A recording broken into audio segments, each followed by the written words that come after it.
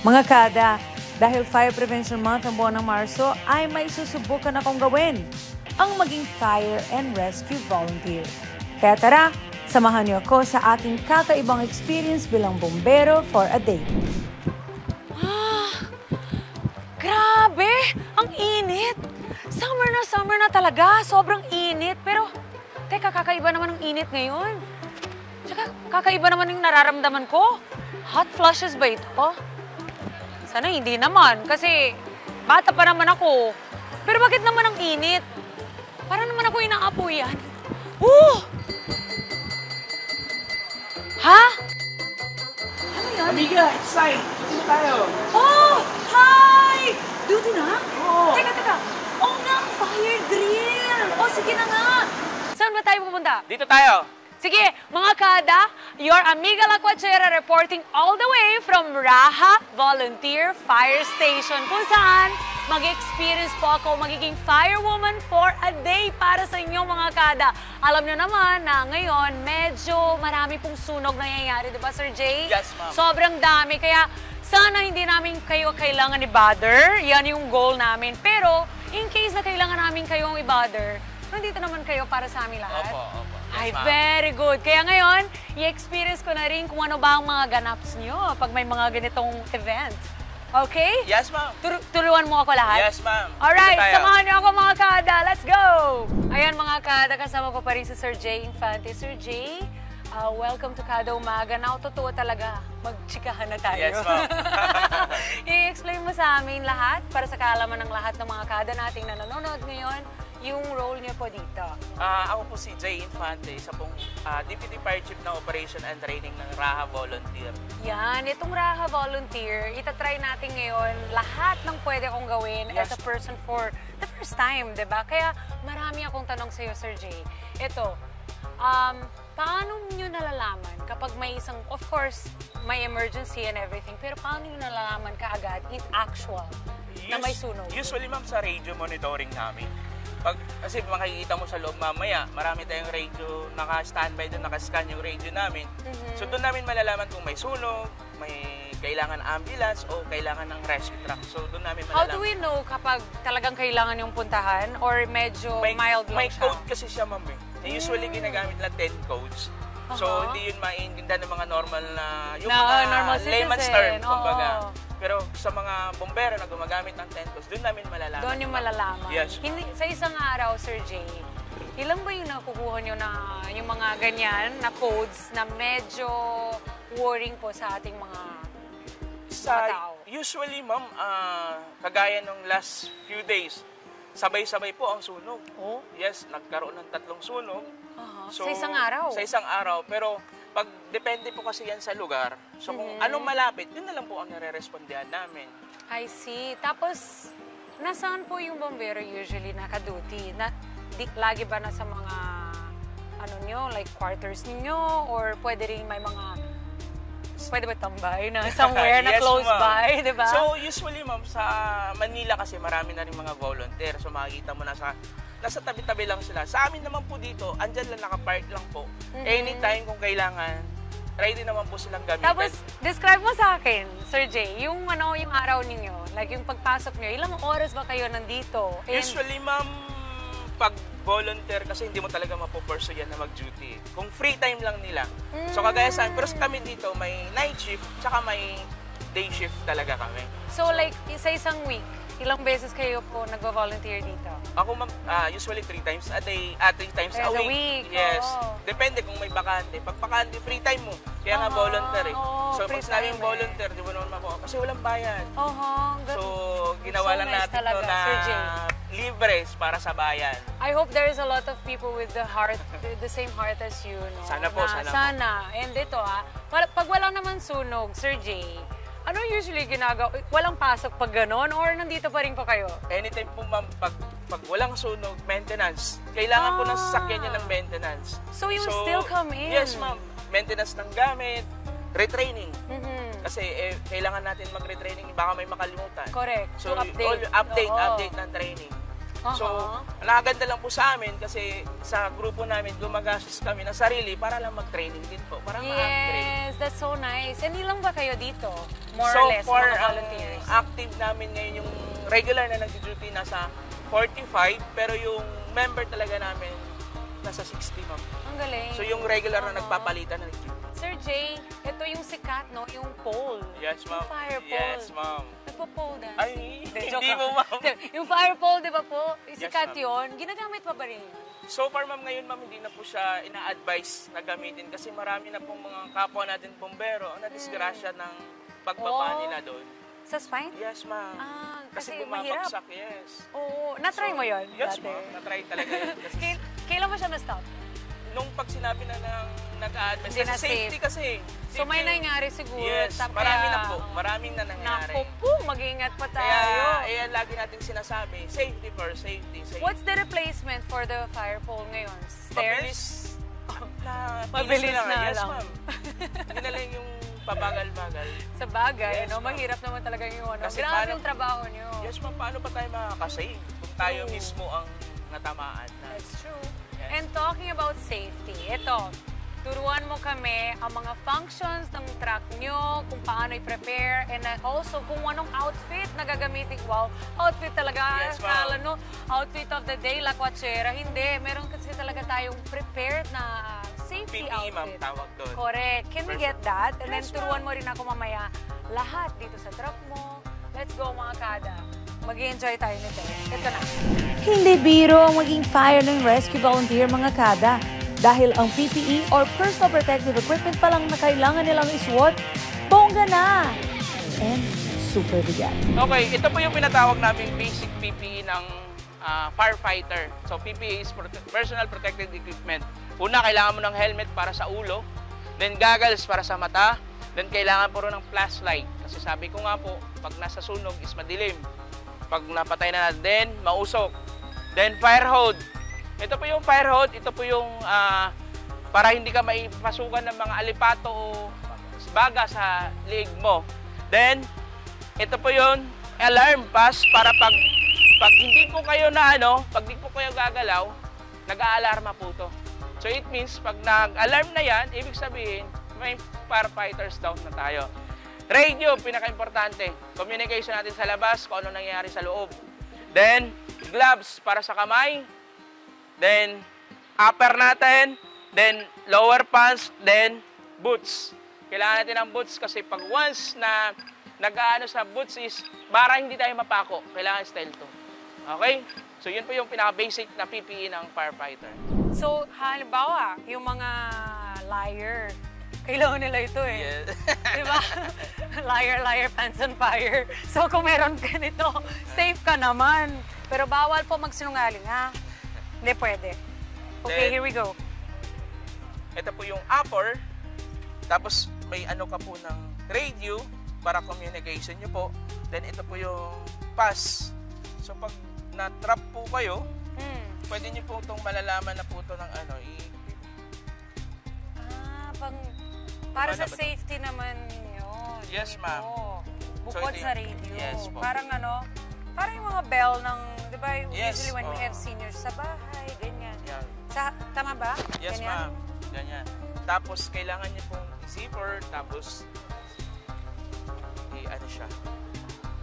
Ano ko lang siya ng konti para sakto.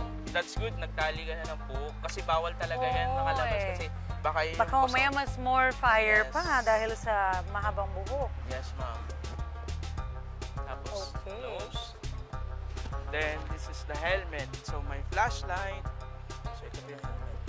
Ang galing. Parang this reminds me of the time na iba naman, baliktad naman yung ginagawa ko, which is diving. Nasa Yes. tubig naman ako. Scuba diving. Pero ang dami ding mga equipments, ang dami rin kailangan alalahin. Alam mo yun, you need to know how to use each equipment.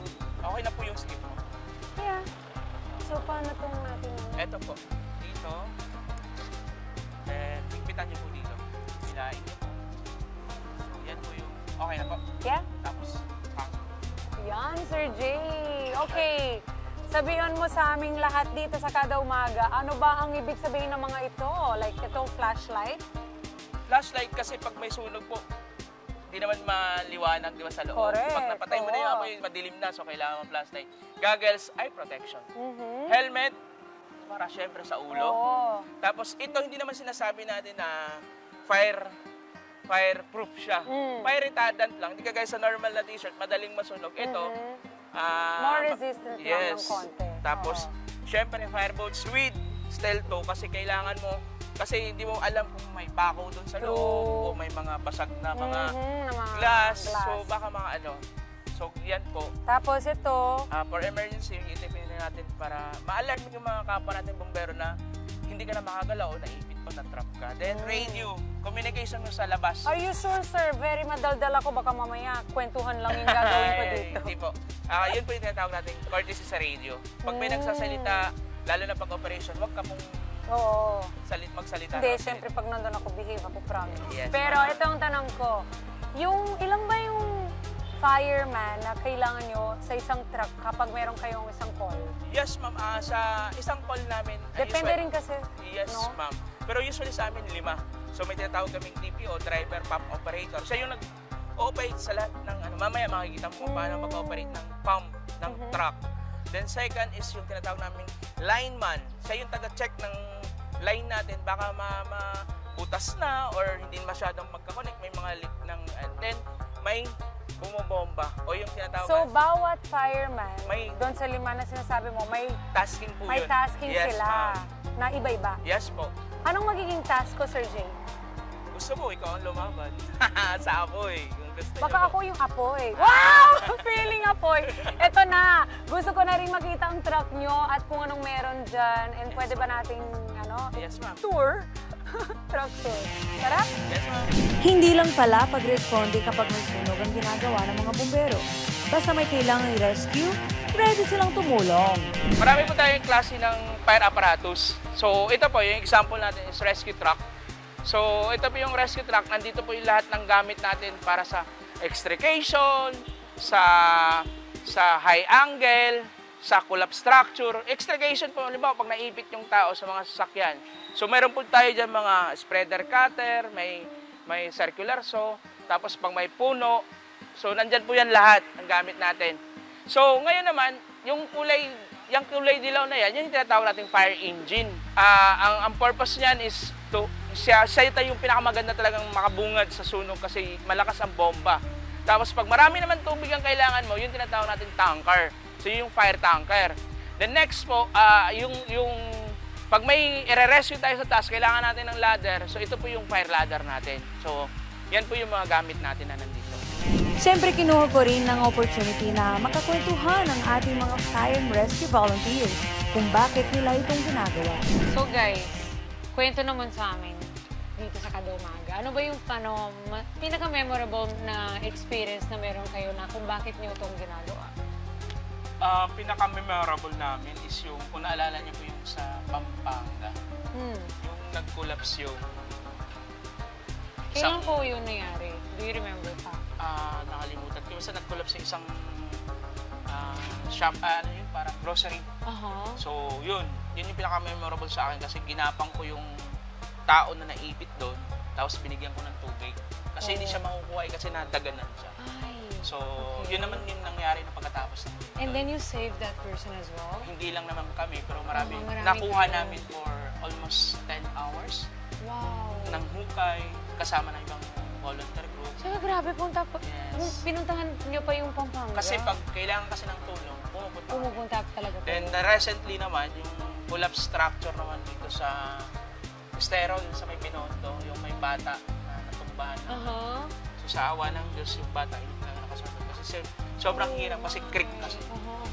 So, yun yung usually na mga memorable namin na What about, gusto ko tanungin kayo na bakit niyo ito ginagawa? Yung parang halimbawa, pag umuwi na kayo sa bahay, ano ba yung feeling? Gusto ko malaman kasi parang I'm sure it's good. Alam mo yung ma'am, yung hindi mo ma-explain na magaan na yung tinatawag ng self-fulfillment. Parang ikaw na, self-fulfillment, totoo yun. yung pag nakatulong ka na, bakit parang ganun? Parang napangiti ka lang ng simple, pero hindi mo alam, hindi mo ma-experience kung ano. Tapos siguro may halo din yan ng parang adrenaline, no? Kasi nga, Yes, ma'am. Yeah, which is, yun yung train natin dito na huwag ka magpadala sa adrenaline. Kasi pagkatapos kasi ng dry na. pagod na pagod. yeah. Kaya dapat relax lang, hingang malalim, stop mo. So, kaya nga sabi ko sa kanila, yung laging nagre-reklamo tungkol sa mga volunteer, sa mga bombero, sa mga rescue. Try nyo pumasok. Volunteer kayo. Yes, dapat try mo. Oo, kasi para malaman mo kung ano, ganito pala ang ginagawa. Kung anong pinagdadaanan po nila at kung ano din yung fulfillment na nakukuha niyo po. And saludo po ako sa inyo kasi hindi to joke, hindi din to madali, hindi to madaling gawin. Yes po. And you're risking your life to save other Always. people. Always. Thank you for what you do. At sana dumami po kayo. Sana tayo. po, Wow! dadami Join ako tayo, sa ma'am. inyo! Yes, ma'am. Dadami May mga tayo. babae. Kasi dito Yes, sa Kadong ma'am. Maga, 3 kaming babae. Marami May mga babae, ma'am, din. kaso lang... Ay! May Ang dami sunog. kong kwento tuloy. May Ayun, sunog. oh. May experience ko yan for the first time. Yes, may sunog, ma'am. Tara! Tara. Hala, iwan ko na lang cellphone ko dito mga kada. Nako, huwag ka may nasusunog. Kailangan responda namin, mga kada.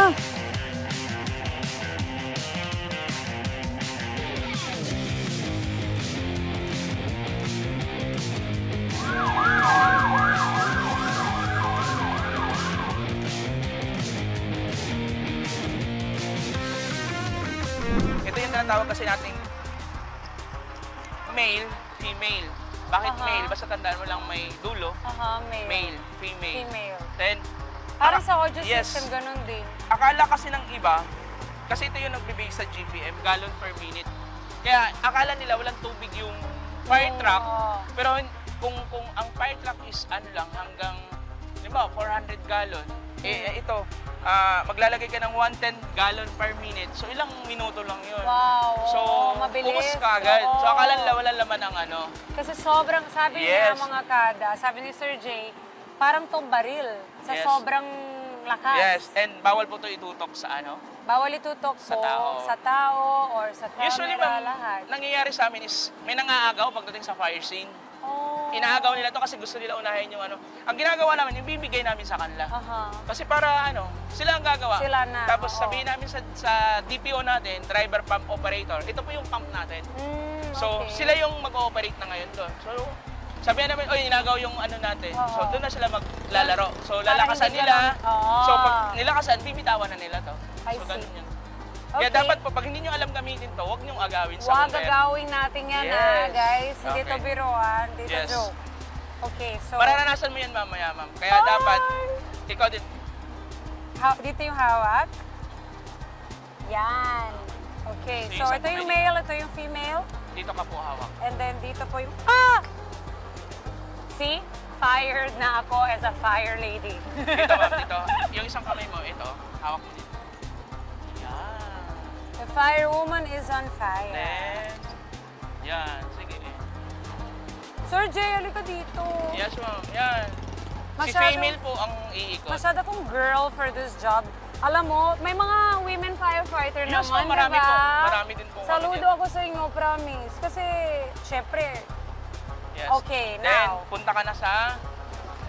Hindi na po punta na kasi sa uso. exciting part. Yes, ma'am, kasi tayo dito sa Maynila, crowded. So, hindi na po Correct. yung uso yung binabato kasi marami kang matatamaan. Di ka? Oo, Safety nga eh. Safety. correct. Try natin, Sir Jay. Sige, ma'am.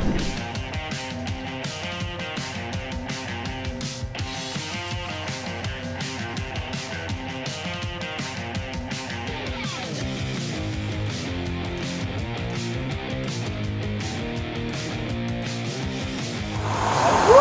Mga kada! Nag-try ko to! Buti na lang at dumating kami on time bago lumaki ang sunog. Dahil kung nagkataon, baka wala kaming uulamin.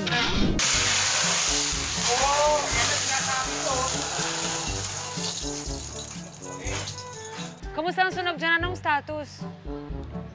Ma'am, under control na po ito, ma'am. Ano po yung nangyari? Okay na yung mga tao? Okay na ba yung bahay? Yes, ma'am. Nasusunog lang naman yung ulam natin.